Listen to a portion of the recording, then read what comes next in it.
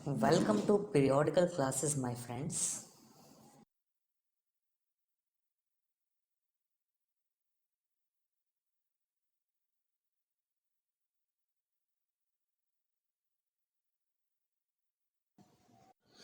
आज का टॉपिक है जनरल ऑर्गेनिक केमिस्ट्री। और इस जनरल ऑर्गेनिक केमिस्ट्री में हम तीन चीज़ पढ़ेंगे। पहला, डोनर और एक्सेप्टर कॉन्सेप्ट के बारे में पढ़ेंगे। दूसरा, न्यूक्लियोफाइल्स क्या होते हैं उनके बारे में पढ़ेंगे। और इलेक्ट्रोफाइल्स क्या होते हैं उनके बारे में पढ़ेंगे। वो स्पीसीज जो इलेक्ट्रॉन को डोनेट कर सकती है उसको हम डोनर कहते हैं, और वो स्पीसीज जो इलेक्ट्रॉन को एक्सेप्ट करती है, ग्रहण करती है, उसको हम एक्सेप्टर कहते हैं। ठीक है, देखिए आपके सामने कई सारे और एग्जाम्पल्स दे रखे हैं। पहला एग्जाम्पल है अमोनिया, दूसरा आपको दे रखा है इथाइलिन, तीसरा दे रखा है BH3, और एक एग्जाम्पल आपको हाइड्रोजन का दे रखा है। ठीक है, तो देखिए आपका अमोनिया में जो नाइट्रोजन है उसके पास लोन पेयर इलेक्ट्रॉन प्रेजेंट है। ठीक है, तो ये जो लोन पेयर इलेक्ट्रॉन है ये क्या होते हैं? ये नॉन बॉन्डिंग इलेक्ट्रॉन्स होते हैं जो बॉन्ड में पार्टिसिपेट नहीं करते हैं, बच जाते हैं, जो कि डोनेट कर सकते हैं। ठीक है, एज अ डोनर वर्क कर सकते हैं। तो अमोनिया में non bonding electron as a donor है। इथाइलिन जो होता है उसमें दो तरह के बॉन्ड होते हैं, एक सिग्मा और एक पाई बॉन्ड। क्योंकि पाई बॉन्ड जो होते हैं वो लेटरल ओवरलैपिंग ऑफ ऑर्बिटल से बनते हैं, इसीलिए ये लूजली अरेंज होते हैं। तो जो लूजली अरेंज ऑर्बिटल्स हैं या लूजली अरेंज इलेक्ट्रॉन डेंसिटी है वही डोनर की तरह वर्क कर सकती है। ठीक, नेक्स्ट एक एग्जाम्पल जो BH3 का दे रखा था, इसके नीचे देखिए आपने लिखा हुआ है कि इसके नीचे एक्सेप्टर लिखा हुआ है। तो इसको एक्सेप्टर इसलिए कहा गया है क्योंकि जो BH3 है इसका में जो सेंट्रल एटम है वो है बोरॉन। BH3 का सेंट्रल एटम बोरॉन है, तो बोरॉन का जब आप इलेक्ट्रॉनिक कॉन्फ़िगरेशन करेंगे तो 1s2 2s2 2p1, तो उसके 2p में 1 ही इलेक्ट्रॉन है, मतलब उसका 2p वैकेंट है। तो ये अपने 2p ऑर्बिटल के अंदर इलेक्ट्रॉन को एक्सेप्ट कर सकता है, इसीलिए BH3 एक एक्सेप्टर ग्रुप है। ठीक, नेक्स्ट एग्जाम्पल हाइड्रोजन का दे रखा है। तो हाइड्रोजन लिखा है डोनर और एक्सेप्टर दोनों की तरह वर्क करता है, बिल्कुल सही है। उसका मॉलिक्यूलर ऑर्बिटल डायग्राम को अगर देखें तो हाइड्रोजन का एटॉमिक नंबर होता है 1। तो जब इलेक्ट्रॉनिक कॉन्फ़िगरेशन करेंगे तो 1s1। ठीक है, तो दो हाइड्रोजन मिल करके मॉलिक्यूल्स बना रहे हैं, इसलिए हम यहाँ पे मॉलिक्यूलर ऑर्बिटल डायग्राम हाइड्रोजन की बात कर रहे हैं। ठीक है, तो उस मॉलिक्यूलर ऑर्बिटल डायग्राम के अकॉर्डिंग हाइड्रोजन के पास दो इलेक्ट्रॉन होने चाहिए। तो दो इलेक्ट्रॉन, आपने मॉलिक्यूलर ऑर्बिटल थ्योरी पढ़ी होगी कि मॉलिक्यूलर ऑर्बिटल थ्योरी में दो एटॉमिक ऑर्बिटल आपस में मिल करके दो मॉलिक्यूलर ऑर्बिटल का फॉर्मेशन करते हैं, जिसमें से एक की एनर्जी लोअर होती है जिसको हम बॉन्डिंग कहते हैं, और एक की एनर्जी एटॉमिक ऑर्बिटल से ज़्यादा होती है जिसको हम एंटी बॉन्डिंग कहते हैं। तो क्योंकि हाइड्रोजन के पास सिर्फ 1s ऑर्बिटल प्रेजेंट है और 1s ऑर्बिटल रिस्पॉन्सिबल है आपका बॉन्ड बनाने में। ठीक, और ये जो 1s ऑर्बिटल है ये हमेशा सिग्मा ओवरलैपिंग कर सकता है। पाई ओवरलैपिंग जो है ये 1s के साथ नहीं हो सकती है। ठीक है, तो यहाँ पे आप देखिए, यहाँ पे दो मॉलिक्यूलर ऑर्बिटल डायग्राम में दो मॉलिक्यूलर एनर्जी लेवल यहाँ पे बनी हुई हैं, सिग्मा और सिग्मा स्टार। तो क्योंकि दो इलेक्ट्रॉन है, लोअर एनर्जी आपका सिग्मा है, इसीलिए दोनों इलेक्ट्रॉन सिग्मा में फिल किए गए हैं। तो ऐसा भी हो सकता है कि ये सिग्मा के थ्रू इलेक्ट्रॉन को डोनेट करे, या आप देख रहे हैं इसका सिग्मा स्टार खाली है तो ये सिग्मा स्टार में इलेक्ट्रॉन डेंसिटी ले भी सकता है। ठीक है, इसीलिए हाइड्रोजन एक्सेप्टर और डोनर दोनों की तरह वर्क करता है। नेक्स्ट देखिए, लिखा है the flow of electron always take place from the filled orbital to the empty orbital. ठीक है, बिल्कुल सही कह रहा है कि जब भी इलेक्ट्रॉन डेंसिटी फ्लो करती है तो वो फिल्ड ऑर्बिटल से एम्प्टी ऑर्बिटल में फ्लो होती है। जैसे इथाइलिन का यहाँ पे केस दे रखा है, तो इथाइलिन के पास एक सिग्मा और एक पाई बॉन्ड है, कार्बन कार्बन। तो सिग्मा बॉन्ड भी 2 इलेक्ट्रॉन से बना होगा और पाई वाला बॉन्ड भी 2 इलेक्ट्रॉन से बना होगा। उसका मॉलिक्यूलर ऑर्बिटल डायग्राम आपको उसके राइट हैंड साइड में दे रखा है। तो इथाइलिन का अगर मॉलिक्यूलर ऑर्बिटल डायग्राम देखें तो सबसे कम एनर्जी सिग्मा की होगी, देन पाई वाले की एनर्जी उससे ज़्यादा होगी।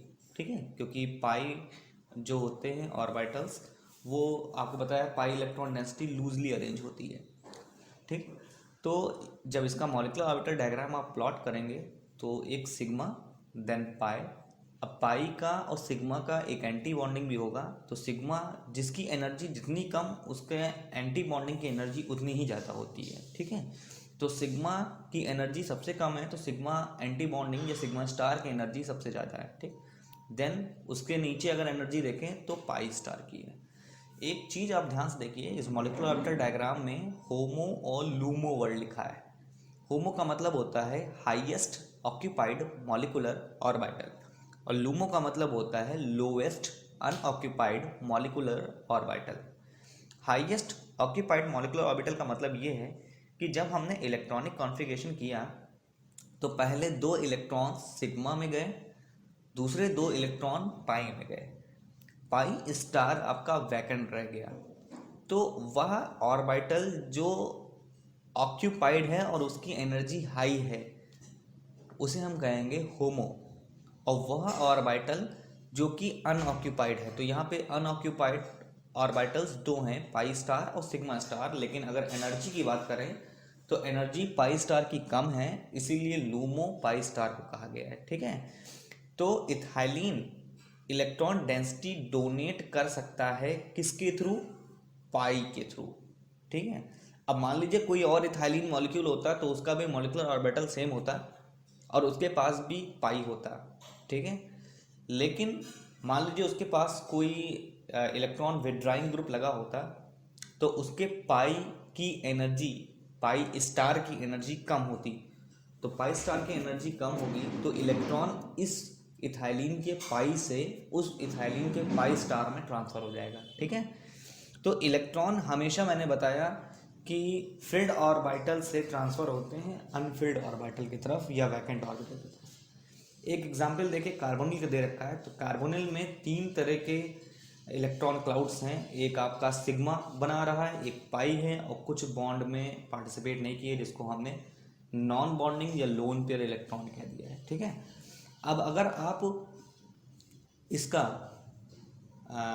मॉलिक्यूलर ऑर्बिटल डायग्राम देखेंगे तो मॉलिक्यूलर ऑर्बिटल डायग्राम में आपको दिखेगा कि सिग्मा पाई और नॉन बॉन्डिंग में से किसकी एनर्जी सबसे कम होगी। तो जाहिर सी बात है सिग्मा की एनर्जी सबसे कम होगी, पाई लूजली अरेंज इलेक्ट्रॉन से उनकी एनर्जी ज़्यादा होगी, और नॉन बॉन्डिंग तो एनर्जी और ज़्यादा होगी क्योंकि नॉन बॉन्डिंग जो लोन पेयर इलेक्ट्रॉन्स होते हैं वो एक सिंगल न्यूक्लियस से बंधे होते हैं। बल्कि पाई को देखा जाए तो पाई तो ओवरलैपिंग भले ही वीक है लेकिन वो इलेक्ट्रॉन्स 2 न्यूक्लियस के बीच में बंधे हुए हैं, इसलिए उसकी एनर्जी नॉन बॉन्डिंग के कंपैरिजन में कम है। ठीक है, हायर एनर्जी की बात करें तो नॉन बॉन्डिंग का कोई नॉन बॉन्डिंग एंटी बॉन्डिंग नहीं होता है। ठीक है, मतलब NB का कोई NB स्टार नहीं होगा, लेकिन पाई का तो पाई स्टार होगा क्योंकि नॉन बॉन्डिंग का मतलब इलेक्ट्रॉन तो बॉन्ड में पार्टिसिपेट ही नहीं हुआ। लेकिन पाई का पाई स्टार बनेगा एंटी बॉन्डिंग और सिग्मा का सिग्मा स्टार। तो आप इस मॉलिक्यूलर ऑर्बिटल डायग्राम में देख सकते हैं कि सिग्मा का जो सिग्मा स्टार है उसकी एनर्जी सबसे ज़्यादा है। ठीक है, और पाई की उससे कम है। तो जब इलेक्ट्रॉन भरेंगे तो सिग्मा में 2 इलेक्ट्रॉन, पाई में 2 इलेक्ट्रॉन। अब नॉन बॉन्डिंग की अगर बात करें तो नॉन बॉन्डिंग का 1 इलेक्ट्रॉन पेयर ही डोनेट करेगा, इसीलिए मैंने यहाँ पे नॉन बॉन्डिंग में सिर्फ 2 इलेक्ट्रॉन दिखाए हैं। बल्कि देखा जाए तो 2 नॉन बॉन्डिंग इलेक्ट्रॉन्स हैं डिफरेंट डिफरेंट। ठीक है, तो सबसे ज़्यादा हाईएस्ट एनर्जी ऑक्यूपाइड कौन सी है? Non bonding. तो नॉन बॉन्डिंग आपका कहलाएगा होमो, और जो पाई स्टार है ये आपका कहलाएगा लूमो क्योंकि इसकी एनर्जी सिग्मा स्टार से कम है। नेक्स्ट देखिए, बात करते हैं कि कौन कौन से ऐसे ऑर्बिटल्स होते हैं जो कि डोनर की तरह वर्क करते हैं और कौन कौन से एक्सेप्टर की तरह वर्क करते हैं। तो जैसे सिग्मा, पाई, नॉन बॉन्डिंग ये आपका डोनर की तरह वर्क करते हैं। पाई स्टार और सिग्मा स्टार ये एक्सेप्टर की तरह वर्क करते हैं। मतलब जो एंटी बॉन्डिंग ऑर्बिटल्स होते हैं वो एक्सेप्टर की तरह वर्क करते हैं एक तरीके से, ठीक है। अब लिखा है for donor energy of homo should be high. Donor के लिए एनर्जी हाई होनी चाहिए और एक्सेप्टर के लिए एनर्जी लो होना चाहिए, ठीक है। जैसे आपको पता है कि जो पहाड़ होते हैं वहाँ से नदियाँ निकलती हैं, तो नदियाँ तभी फ्लो कर सकती हैं जब गैप हो एनर्जी का गैप का मतलब ऊंचाई और नीचाई हो। तो पहाड़ ऊंचे होते हैं और जिस जगह नदियाँ बह रही होती हैं वो स्थान बहुत नीचा होता है, ठीक है। तो जो energy in the form of water है वो फ्लो कर रहा है from higher states to lower state. तो यही चीज़ यहाँ पे भी कह रहे हैं कि जो डोनर होता है, जो इलेक्ट्रॉन डोनेट करता है, दाता, उसकी एनर्जी हमेशा ज़्यादा होती है इन कंपैरिजन टू एक्सेप्टर के। तो अब डोनर में तो सिग्मा भी डोनर है, पाई भी डोनर है और नॉन बॉन्डिंग भी डोनेट कर सकता है। तो किसकी एनर्जी ज़्यादा होगी? तो पीछे भी मैंने बात किया था मॉलिक्यूलर ऑर्बिटल डायग्राम में कि नॉन बॉन्डिंग की एनर्जी ज़्यादा होती है देन पाई देन सिग्मा। इसी तरीके से अगर एक्सेप्टर की बात करें तो किसकी एनर्जी ज़्यादा होगी? तो पी ऑर्बिटल की एनर्जी सबसे ज़्यादा होगी। पी एक अच्छा एक्सेप्टर होगा in comparison to pi star, in comparison to sigma star, ठीक है। क्योंकि पी की जो एनर्जी होगी वो नॉन बॉन्डिंग से जस्ट अबव होगी। आप आगे के मॉलिक्यूलर ऑर्बिटल डायग्राम में इसको आप देखिएगा, ठीक है। पॉइंट कह रहा है the electron will always flow from donor to acceptor. हमेशा इलेक्ट्रॉन होमो से लूमो जाते हैं। The energy gap between homo and LUMO should be less. अगर इलेक्ट्रॉन डेंसिटी को फ्लो होना है तो दो एनर्जी गैप के एनर्जी लेवल्स के बीच का जो गैप है वो कम होना होगा, ठीक है। जैसे आप एक एग्जांपल देख रहे हैं यहाँ पे अमोनिया का लोन पेयर इलेक्ट्रॉन जो कि नॉन बॉन्डिंग होमो है, और यहाँ पे आपको मिथाइल आयोडाइड दे रखा है जिसका सिग्मा स्टार पार्टिसिपेट कर रहा है, ठीक है। सिग्मा स्टार इसलिए कह रहे हैं क्योंकि जो आयोडीन है वो कार्बन के साथ सिग्मा बॉन्ड बनाए हुए है, ठीक है। जब सिग्मा है मॉलिक्यूल है तो सिग्मा स्टार भी होगा। सिग्मा तो ऑक्यूपाइड है क्योंकि आप देख रहे हैं कि यहाँ पे एक सिंगल बॉन्ड बना हुआ है, तो उसके दो इलेक्ट्रॉन सिग्मा में होंगे, तो बचा क्या? सिग्मा स्टार, वो खाली होगा जिसको हमने लोवेस्ट अनऑक्यूपाइड मॉलिक्यूलर ऑर्बिटल कहा है, ठीक है। अब जो जब भी अमोनिया मिथाइल आयोडाइड के साथ रिएक्ट करेगा तो होगा क्या कि जो आपका मिथाइल आयोडाइड में जो आयोडीन है उसका सिग्मा स्टार उसके जस्ट पीछे होगा।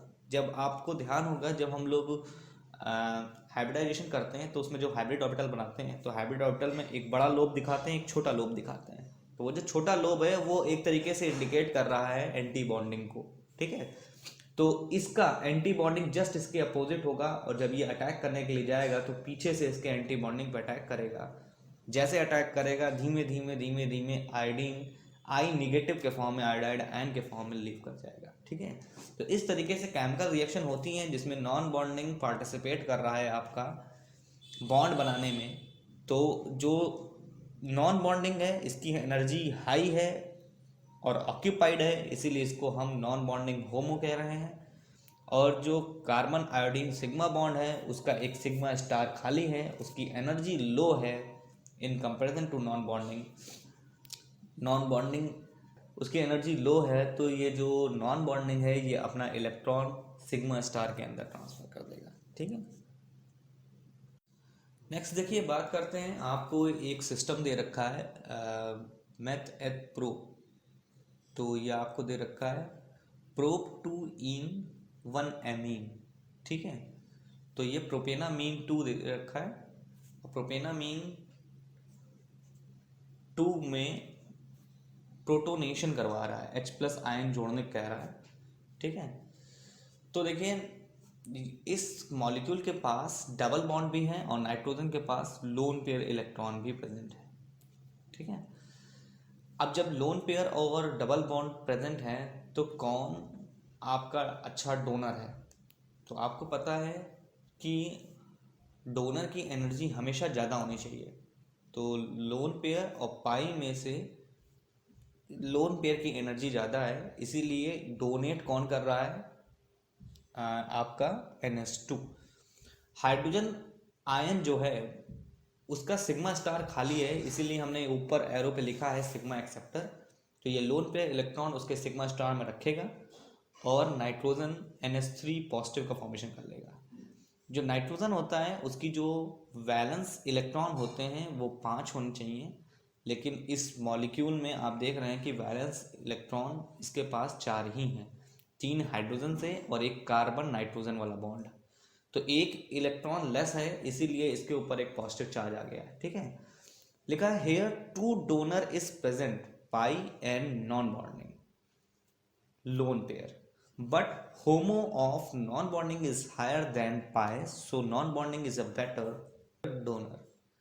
फिर लिखा if atom is a part of pi orbital, then lone pair of an atom will not part in the conjugation। जैसे आप एक नीचे मॉलिक्यूल देख रहे हैं, उसमें एक तरफ NH2 का लोन पेयर इलेक्ट्रॉन है जो कि कॉन्जुगेशन में पार्टिसिपेट नहीं कर रहा है, और एक तरफ आप देख रहे हैं NH में डबल बॉन्ड लगा हुआ है।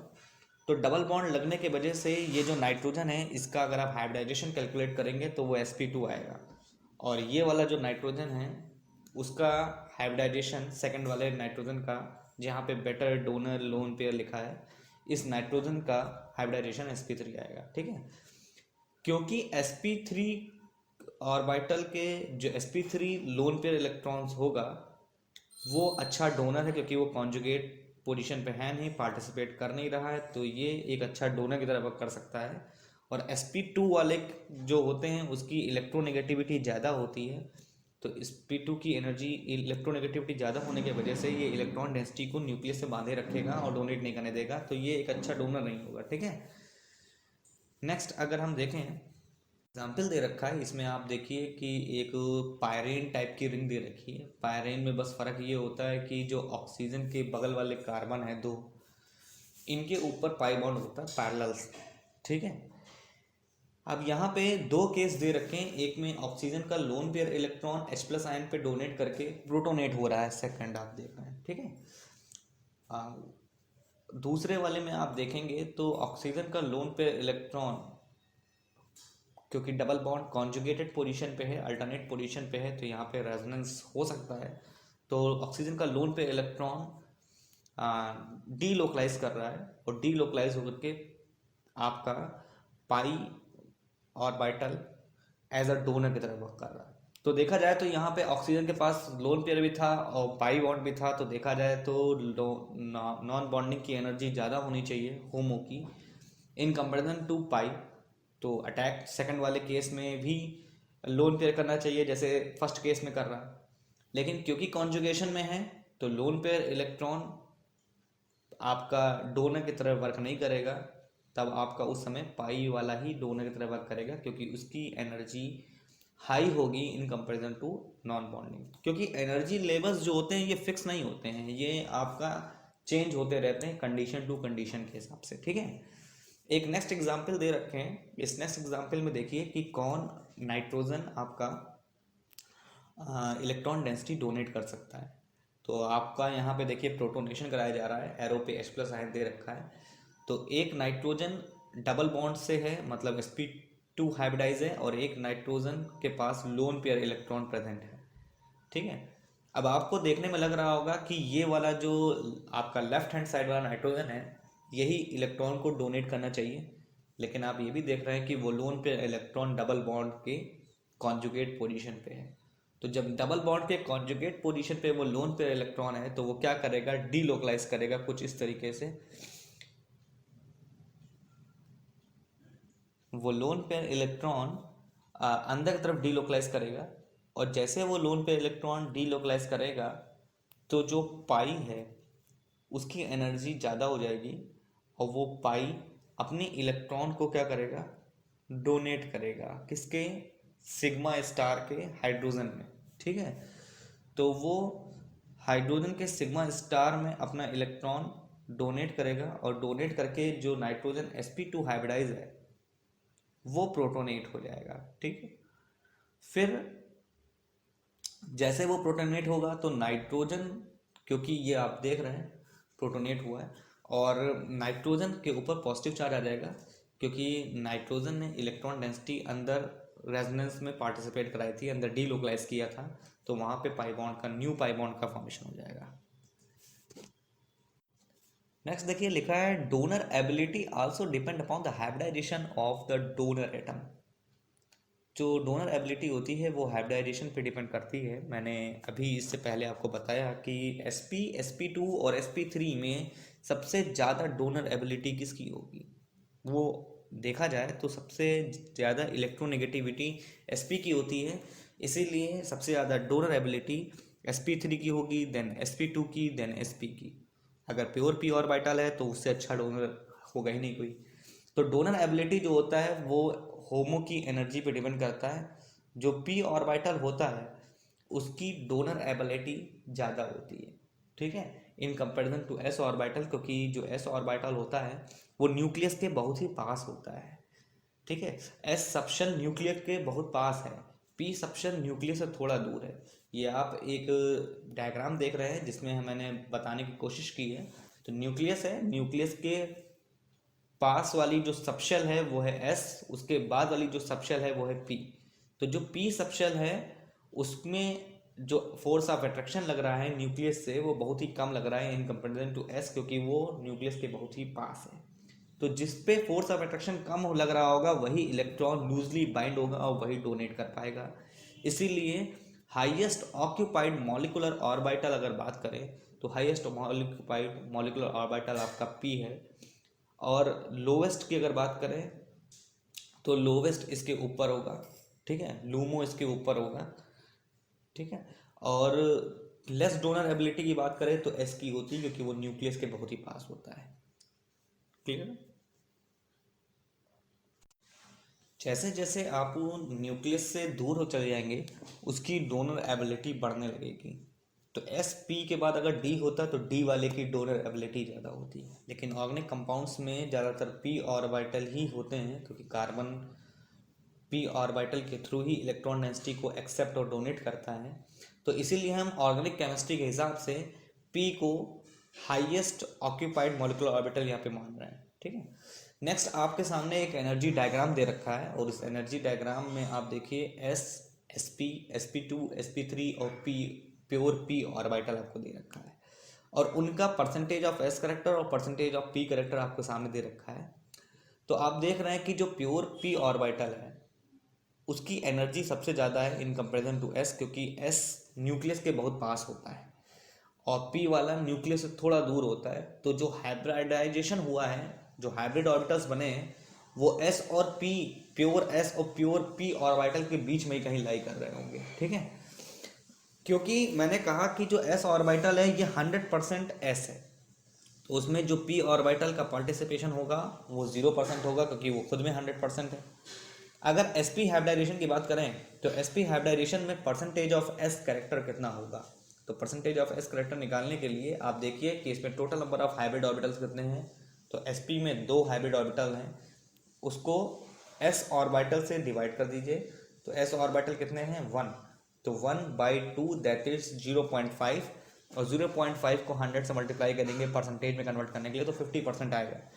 तो percentage of s character sp hybridised orbital के अंदर 50% होता है और परसेंटेज ऑफ p करेक्टर भी 50% होता है।